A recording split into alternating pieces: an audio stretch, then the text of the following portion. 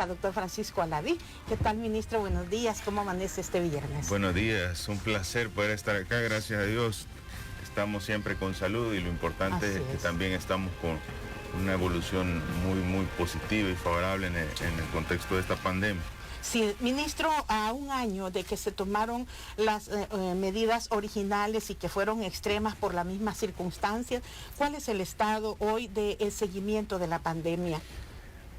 Increíble, o sea, realmente yo creo que hemos visto tanto por años en antecedentes, hemos visto tantas situaciones que han pasado en nuestro país, pero el tener ahora por primera vez un manejo tan favorable ante esta pandemia, un manejo en el cual se ha logrado salir adelante ante todas las deficiencias que existían en el sistema, eso nos da a nosotros la alegría de saber que podemos cambiar la realidad del país cuando se tienen los objetivos claros. Y quiero hacer quizás un poquito de antecedente. ¿Qué pasaba exactamente en esta fecha aproximadamente un año atrás? Estábamos ante una situación que sí ya era del conocimiento de la mayoría de la población salvadoreña por el antecedente de lo que estaba ocurriendo en los países, específicamente en China, en Italia y en España, en el cual había mucha afectación y el país ya había tomado medidas importantes como el cierre del aeropuerto, medidas importantes como el fortalecimiento de las oficinas sanitarias internacionales, el reforzamiento de los equipos de respuesta rápida, el reforzamiento de las 1.234 unidades notificadoras, un protocolo completo en el principal punto de entrada en el cual podíamos tener esa sospecha de llegada de este virus, que era el punto aéreo, el aeropuerto internacional, en el cual se realizaban desabordajes controlados. Recuerdo también en ese momento que teníamos el conocimiento de aquellas 3 estudiantes que estaban en Wuhan, en China, y de alguna manera pues tuvimos que ir haciendo todo el proceso de traslado hasta que llegaron a nuestro país con toda la tranquilidad. Y luego de esto, el día 18, el día de ayer, hace un año exactamente, se presentó el primer caso. Habíamos hecho todo lo necesario para retrasar la llegada, habíamos hecho lo necesario para poder ir en ese momento, preparar el sistema de salud, pero en ese momento que se presenta el primer caso, toda la población salvadoreña, estábamos en una cadena nacional, creo que todos conectados, nos dio un poco de temor el saber que ya estaba el primer caso de COVID-19, caso de Metapan. El hombre que había llegado de Italia. De Italia, correcto. Y posterior a esto, el trabajo no paró, el trabajo continuó adecuándose, pero sobre todo los profesionales de la salud comenzaron a tener bastante claro que era una pandemia en la cual pues el principal actor iba a ser la salud. Y luego de esto todas las intervenciones se fueron dando con el tiempo, tuvimos épocas en las cuales hubo incremento súbito de los casos, llegamos a más de 449 casos confirmados de COVID-19, eso fue por agosto del año pasado. Luego, pese a todo el cumplimiento y a todas las medidas, la población y diferentes sectores de la sociedad comenzaron a cumplir con mucha más intensidad las medidas de bioseguridad. Observamos disminuciones, también observamos incrementos compartimentalizados, incrementos en ciertos lugares, una tendencia que se logró controlar a través de medidas. Al final del año se esperaba un pequeño incremento, observamos un incremento en la cantidad de casos, pero gracias a Dios nunca fue mayor a la que se tuvo en los meses más duros de la pandemia. Luego vinimos con una disminución sostenida y nos hemos mantenido. Eso nos da a nosotros una alegría de que ese manejo de la pandemia, esas decisiones, esas estrategias han tenido resultados positivos, y esos resultados positivos pues son el consolidado que hoy estamos viendo en nuestro país, un país que está con una baja tasa de letalidad, que está con una baja tasa de un índice de contagio bajo, un OR bajo, lo cual a nosotros nos da tranquilidad y sobre todo da todos objetivos para poder pues tener esa comparativo y esa tranquilidad que se está viendo en el país. Además de estas medidas, ministro, de las que usted nos dice, recuerdo que en ese momento, ya a finales del año pasado, usted decía, bueno, las pruebas PCR, estamos recibiendo el apoyo de la Organización Panamericana de la Salud, y hoy revisábamos más de 800,000 pruebas practicadas. ¿Cuál ha sido, por ejemplo, el enfoque fortaleciendo esta zona que es como para detectar o descartar los casos, verdad? Primero que nada, nosotros necesitamos conocer cuáles son los sitios en el territorio en el cual se está presentando mayor cantidad de contagios. Y para poder lograr eso, la única manera es tener la prueba que nos da a nosotros ese diagnóstico certero de que se trata de COVID, y eso se llama el PCR. El país no solo ha ampliado su capacidad teniendo una de las mayores cantidades de pruebas PCR realizadas en la región, y diría en el mundo por millón de habitantes, lo cual nos da a nosotros una capacidad de diagnóstico, de identificación amplia, y nos da esa certeza de que el 99.9% de la sensibilidad y especificidad que tiene esta prueba nos dice que nuestros datos son sumamente confiables, porque no tenemos esa variación entre que tenemos múltiples pruebas diagnósticas para esto. En ese sentido, ampliamos el tamizaje, y ese tamizaje es 99.9% eficaz y específico. Esa sensibilidad que tiene, esa sensibilidad y esa especificidad que tiene es sumamente alta. Y a eso agreguémosle que nuestra modalidad de tamizaje son dos. Muy importante esto, El Salvador decidió hacer un tamizaje desde el inicio comunitario, y ese tamizaje del inicio comunitario no respondía a si un paciente tenía síntomas o no. Y esto es clave, porque al principio de la pandemia, y no me dejará mentir la población, todas las organizaciones internacionales decían: la prueba de PCR, al ser una prueba tan difícil, al ser una prueba tan especializada, al ser una prueba tan cara, se debe reservar para los pacientes que tienen síntomas. Esas fueron las indicaciones iniciales. Y toda la gente comenzaba a cuestionar por qué El Salvador no le tomaba solo a la gente que tenía síntomas. Es más, El Salvador le tomaba a toda la población y no hacía una especial atención a las personas que tenían síntomas.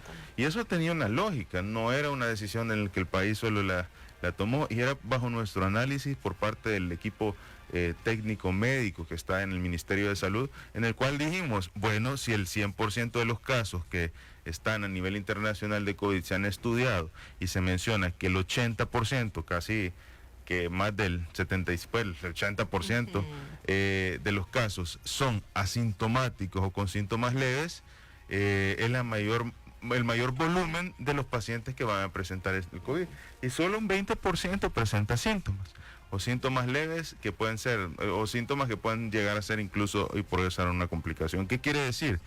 Que si nosotros reservamos el tamizaje comunitario para las personas con síntomas, solo estaríamos detectando el 20%.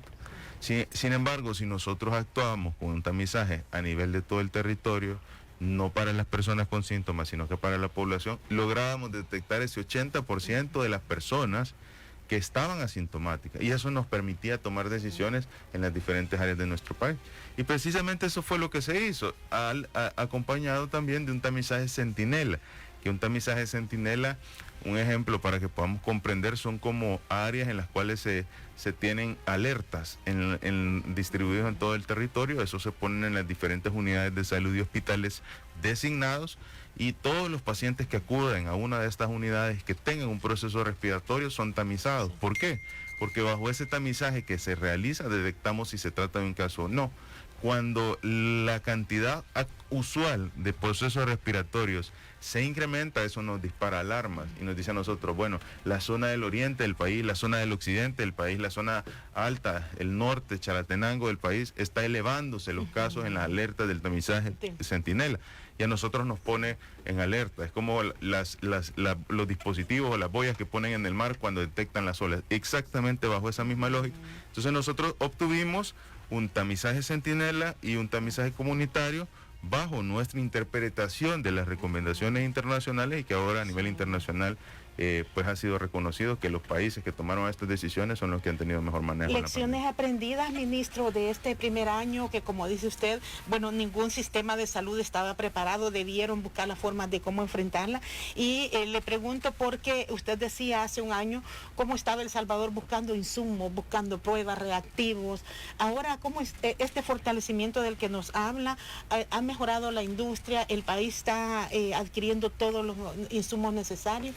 Lecciones aprendidas, yo diría que tenemos lecciones buenas y lecciones malas aprendidas. En las lecciones malas aprendidas, creo que debemos comprender que la salud es uno de los principales puntos en una sociedad, porque debe garantizarse la vida. Y casi la mayoría, si no todas las constituciones a nivel mundial, me imagino, no tengo un dato sumamente preciso, pero me imagino que dicen en sus primeros literales que hay que garantizar la vida. Claro. En ese sentido, para garantizar la vida hay que dar provisión de servicios de salud, hay que garantizar la salud. Entonces, ¿qué lección hemos aprendido negativa? Es nunca se debe de descuidar la salud independientemente estemos o no estemos en una situación sanitaria o en una crisis que tenga que ver con esto, con la salud precisamente. Y ahorita toda la población a nivel internacional está muy al pendiente de la salud. Pero si hubiéramos preguntado hace 3 o 4 años, probablemente la salud sí es un papel importante, pero no el más importante, cuando siempre debió ser y siempre debería ser el más importante. No tiene que llegar una pandemia para demostrarnos que esa necesidad de tener salud es tan vital. ¿Y qué lecciones buenas hemos aprendido? Pues hemos aprendido lecciones buenas y muy importantes, y es que cuando la población salvadoreña se propone una meta, la logra cumplir. ¿Y a qué quiero llegar con esto? Dirán, eso parece repetitivo, pero yo les puedo poner un ejemplo. Hace 2 años atrás no hubiéramos pensado que nadie en El Salvador, ante un proceso respiratorio, utilizara una mascarilla. Entonces, yo he preguntado esto hace bastante tiempo, ¿por qué nosotros no tenemos esa costumbre de utilizar una mascarilla? Y la respuesta que siempre obtuve, eso hablo años atrás, es que nosotros no tenemos cultura de utilizar una mascarilla. Y creo yo que la población más de alguna vez escuchó eso o se puso a pensar en eso. Ahora, ¿a qué quiero llegar? El punto es que si logramos hacer que la población casi general del país o total del país use una mascarilla a causa de una situación, en este caso sanitaria, la pandemia, esto se debe a que hemos tenido también una persona, hemos tenido un equipo, hemos tenido un liderazgo por diferentes mandatarios, en este caso los diferentes funcionarios, y por supuesto, en este caso, gracias a un mandatario, hemos logrado cumplir algo que culturalmente creíamos que no se iba a poder. Nos apropiamos del uso de la mascarilla. Es correcto. Ahora, ¿a qué quiero llegar? Si esto se logró hacer, vemos 2 puntos. Uno, que si nos proponemos otras acciones que consideraríamos que culturalmente no las hacemos y que nos enfocáramos en hacerlas, lo podríamos lograr. ¿Cómo qué? Por ejemplo, nos pusiéramos una meta de que garantizáramos un manejo más adecuado de la basura, que nadie botara basura en la calle. Lo podríamos lograr. Si ya lo demostramos con la mascarilla, lo podríamos lograr. ¿Y qué es lo otro que nos demuestra esto? Que siempre hubo falta también un liderazgo por parte de los mandatarios anteriores para que la población también pudiera irse encaminando y que se cumplieran medidas que socialmente y culturalmente cambiaran la realidad del país. Y eso nunca se ha hecho. Entonces, queda demostrado que no solo significa ser un mandatario, significa llegar a ser un presidente, sino que significa que se tomen decisiones correctas, así como lo ha hecho el presidente Nayib Bukele, y que también nos ha ido orientando para que culturalmente el país vaya avanzando, y eso se llama desarrollo. El país se está transformando y se está desarrollando. Y en el momento en que nos encontramos a un año de esta pandemia, ministro, llega también esta nueva fase, y es en la que ustedes han estado enfocados. Por supuesto, no hay que descuidar el autocuido, las medidas de autoprotección, pero la vacunación. ¿Está todavía el ministerio inmunizando al personal de primera línea, ministro? ¿O ya se comenzó con el personal no sanitario que usted había anunciado? Ahorita estamos con el personal todavía, la primera línea bastante amplia. Esto aplica a bastantes sectores de la sociedad, no solo se trata de personal sanitario. Estamos en el personal sanitario que no ha estado en contacto directo, y hemos ido ampliando, y esto es importante, hemos ido ampliando la capacidad. Pasamos de aplicar 2.000 vacunas diarias a tener una cantidad de más de 5.000 vacunas diarias. Esto nos posiciona a nosotros con un buen porcentaje, y a la fecha llevamos más de 40.000 dosis aplicadas. Pero ¿cuál es la importancia de que tengamos más de 40.000 dosis aplicadas? Que si nosotros aplicamos más de 40.000 dosis, nosotros hemos disminuido la posibilidad de tener 80.000 personas contagiadas.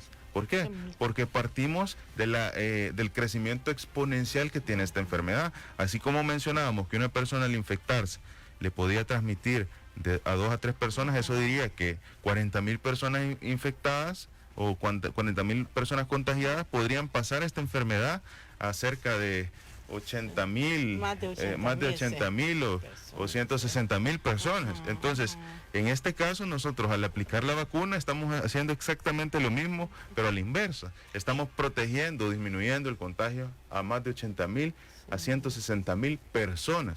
A medida la estrategia de vacunación crece, la posibilidad de contagio y de efectos adversos ante esta enfermedad también disminuye exponencialmente. Y acláreme, ministro, una primera dosis tiene un alto nivel de efectividad, pero digamos que este nivel de frenar la propagación rápida se completa con la segunda dosis. No necesariamente. Okay. El punto en este caso se trata de tener cobertura. Entonces, por eso es importante de los recientes estudios que observamos publicados en The Lancet y que también reitera que las decisiones que se han tomado por el país han sido acertadas. ¿En qué sentido? Se mencionó que la vacuna de AstraZeneca recientemente tiene esa posibilidad de aplicar una segunda dosis hasta el tercer mes, manteniendo una eficacia arriba del 82%. ¿Qué nos dice a nosotros eso? Nos permite avanzar y nos permite avanzar en la cobertura. Entonces nosotros ampliamos las personas que tienen colocada la vacuna y de esta manera disminuimos la posibilidad de efectos adversos ante la pandemia. En la estrategia de vacunación no solo se trata que un grupo de la población tenga la vacuna, se trata que la mayoría de la población tenga la vacuna. Ahora nosotros lo concentramos y lo analizamos y lo interpretamos a nuestro país, pero el éxito más grande de la vacuna es que a nivel mundial la mayoría de las personas estén de alguna manera inmunizadas. No solo debemos pensar en una inmunidad colectiva de rebaño por región o por país. El éxito más grande de esto para poder enfrentar la pandemia es que en el menor tiempo posible la mayoría de la población a nivel mundial tenga la vacuna y genere esta inmunidad. Vamos a ir a una pausa. Hablamos hoy con el ministro de Salud, el doctor Francisco Alaví, aquí en la poderosa KL 728. Son las 7:36 en la poderosa radiocadena YSKL. Muchas gracias por su sintonía. Saludamos a quienes también se conectan en nuestra transmisión del Facebook Live con el ministro de Salud, el doctor Francisco Alaví. Decía usted que, bueno, es muy amplio el personal de primera línea. Hay un esquema ya, ministro, y usted lo ha estado ejecutando y anunciando sobre los segmentos que seguirán en este proceso de vacunación, que es como la etapa que hoy nos está ocupando, ¿verdad? Sí, en este momento, luego de pasar de ese personal de primera línea que ha estado en áreas que no son COVID, que son las áreas de los hospitales y unidades, en las consultas y todo esto, pero no directamente en las unidades de cuidados intensivos, pasaremos a la siguiente fase, a la siguiente grupo de prioridad de la fase 1. Y ese es aquellas personas que se encuentran apoyando en el manejo de la pandemia, que el personal de primera línea que no es sanitario. ¿Y quién es ese personal de primera línea no sanitario? Protección Civil, las Fuerzas Armadas, la Policía Nacional Civil, los maestros, los bomberos, que son todos aquellos que nos han estado acompañando en el manejo de la pandemia. Y dirán, ¿por qué? Es importante recalcar, nosotros como Ministerio de Salud, como personal sanitario, hemos tenido que estar directamente aplicando el conocimiento técnico médico en las áreas donde se aplica el conocimiento técnico médico. Pero también existe funciones o actividades que son de logística, de apoyo, que lleven ese cumplimiento de todo el tema médico. Y en ese sentido no hubiéramos podido ser en cantidad suficiente como para suplir toda la necesidad que aplica una estrategia nacional de control ante una enfermedad. Entonces se necesita el apoyo de la Fuerza Armada, de la Policía Nacional Civil, en la cual nos han venido brindando apoyo, y no específicamente un apoyo de seguridad, porque la mayoría podrá pensar, bueno, la Policía y la Fuerza Armada solo era para dar seguridad. No, al contrario. La Policía y la Fuerza Armada nos ha ayudado a nosotros a poder ir desplazando todo lo necesario, a desplazar cabinas, a desplazar medicamentos, a desplazar insumos, a desplazar alimentos, a desplazar todo lo necesario que conlleva el manejo de una pandemia o de una actividad de este tipo. Esa coordinación, esa actividad, ese trabajo en equipo, que tanto mencionamos, ese equipo de instituciones que trabajan de manera articulada, interinstitucional, eso ha sido parte de la clave en el manejo de esta pandemia, y que se ha abordado esta enfermedad no como Ministerio de Salud, sino que como país, en el cual el principal actor es el que es el más importante, y esa es la población salvadoreña. No hubiéramos logrado nada aplicando métodos, medidas, estrategias, si no hubiéramos tenido el acompañamiento, el apoyo y la aceptación de la población. Y esto no quiero que me vayan a confundir, no se trata de una aceptación ante una situación política, se trata de una aceptación de los protocolos, de los lineamientos, de las recomendaciones que eran emitidos por el ente rector de la salud. Y eso marcó la diferencia, porque teníamos al mayor grupo, que es el que debe cumplir estas medidas, que es la población, acatando las recomendaciones, y eso es importante. ¿Y cuándo se esperaría comenzar con esta segunda etapa de la primera fase de la vacunación, ministro? Porque viendo un primer lote de COVAX, ¿hay suficiente vacuna para seguir cubriendo? Por el momento sí, tenemos suficiente vacuna para seguir cubriendo a esta velocidad de 5.000 dosis diarias. Esperamos ya que en los próximos días pueda ingresar más vacuna, más lotes de vacuna, con lo cual nosotros vamos a poder ampliar ese incremento en el tamizaje, en la velocidad. Recordémonos que tenemos 162 puntos y estos 162 puntos se van utilizando de manera progresiva. Sí. ¿Eso qué quiere decir? Que si yo estoy aplicando una cantidad de dosis, podría poder explotar mucho más la capacidad de estas áreas, de estos puntos de vacunación, para poder ampliar ese tamizaje. Pongámonos un ejemplo. Si nosotros tenemos una capacidad de aproximadamente 500 vacunas aplicadas por cada uno de estos centros, estaríamos hablando que tal vez explotando al máximo nuestro funcionamiento, podríamos estar aplicando 81.000 dosis de vacuna al día. Y esto es una de las apuestas que se tienen, dado que la preparación que se ha tomado para este plan ha sido con antelación, ha sido con esfuerzo, ha sido con compromiso de todo el personal de salud, y hoy nos permite tener esa capacidad, esa holgadez de poder atender y de poder vacunar. En el personal no sanitario, dice el ministro Alaví, están también los docentes, y ellos estaban pidiendo que se priorizara a mayores de 60 años y a docentes que están en el sistema y que tienen enfermedades crónicas. ¿Cuándo podría disponerse de vacunas para este personal no sanitario? Esperamos que esto sea en las semanas finales. Puede ser a finales de abril. En la semana final de marzo y en las primeras semanas de abril. Esto depende no precisamente de específicamente del ministerio, sino que depende también de la dinámica de traslados y transportes de las vacunas a nivel internacional.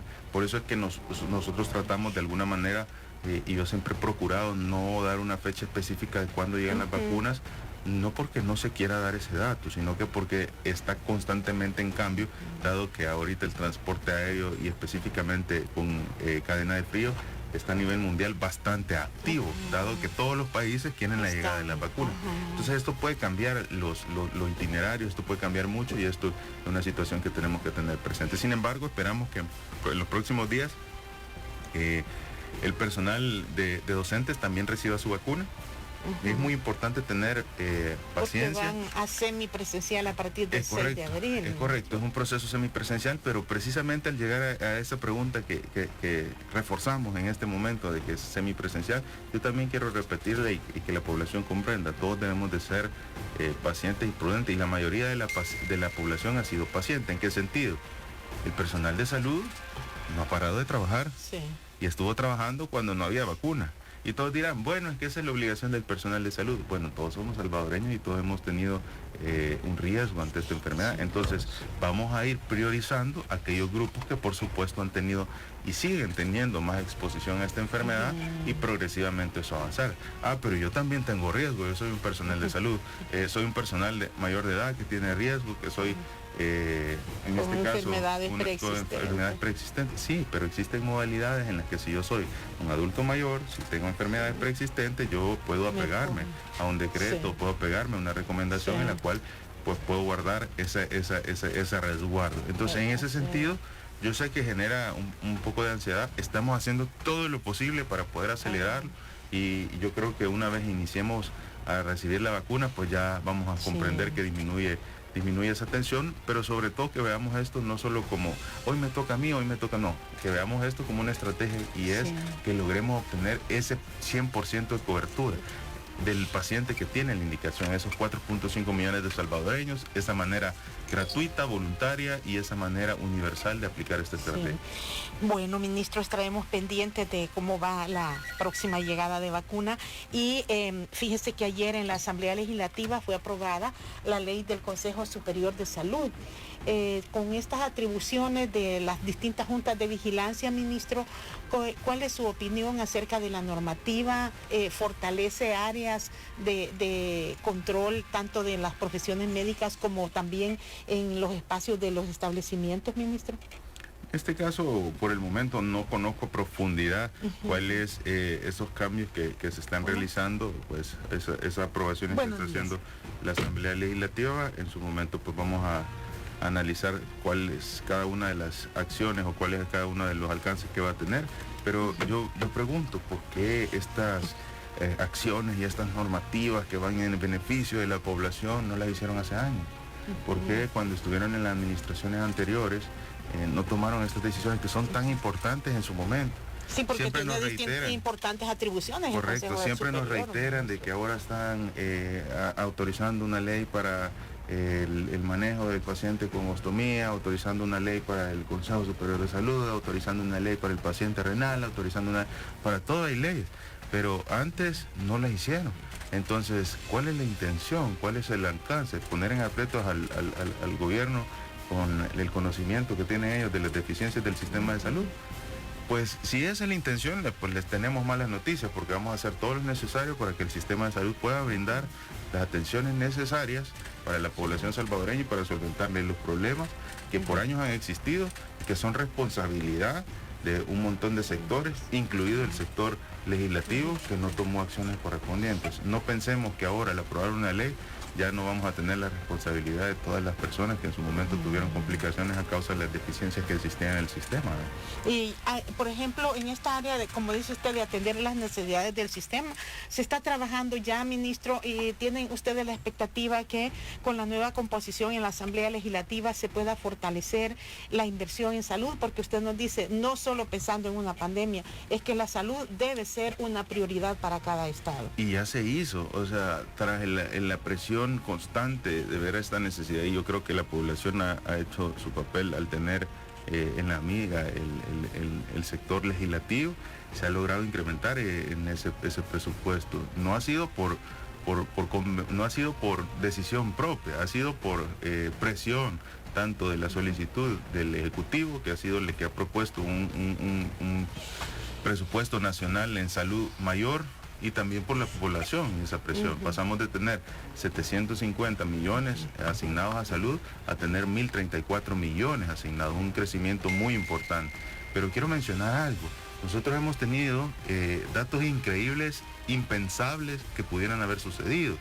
Entre el 2016 y 2017, el presupuesto de salud en cambio de incrementarse, debido a que por supuesto cada año hay mucha más población, los problemas de salud no disminuyen sino que crecen, observamos que el presupuesto en vez de incrementarse disminuyó. En 2016-2017. No estoy seguro si es 2016-2017 o 2017-2018, pero lo importante es mencionar que no, al contrario, incrementar el presupuesto, le quitaron presupuesto a salud, le disminuyeron presupuesto a salud. Ahora, cuando alguien me pregunta, mira, ¿y por qué tenemos una situación para el paciente renal tan difícil? ¿Por qué tenemos una situación para el paciente oncológico tan difícil? No se trata de que sean por una inadecuada atención de la administración en curso. Se trata de todas las situaciones deplorables que se acumularon.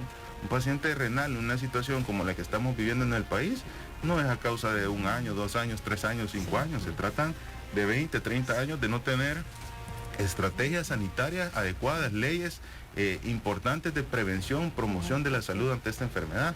Entonces, no pensemos que la población se va a confundir si en el último momento se están actualizando leyes que debieron de haberse iniciado desde hace 10 años. Gracias, ministro. Nos llamaron aquí al 22-24-08-88. ¿Cuándo se va a vacunar el ministro? Dice, porque también es de primera línea. Sí. Pero hay una disposición, porque en otros países hemos visto, ministro, como también los funcionarios se vacunaron a escondidas, aprovechándose también de una situación muy sanitaria, muy complicada. Totalmente, no somos ni partidarios en ningún momento de que estas irregularidades sucedan, y en ese sentido quiero darle la tranquilidad a la población salvadoreña. Es una vacuna segura, una vacuna que usted debe aplicarse para proteger su vida y por supuesto para proteger la de su núcleo familiar. En efecto, yo me voy a colocar la vacuna al final de la primera línea. Eso quiere decir, vamos a poder ceder nuestro cupo a todos para poder de alguna manera completar y cerrar con la primera línea, en este caso con las personas que estamos en la administración, en el manejo de la primera línea. Entonces, el último en colocarse en la primera línea voy a ser yo, y el presidente lo mencionaba, él va a ser el último en que se la va a colocar en el país.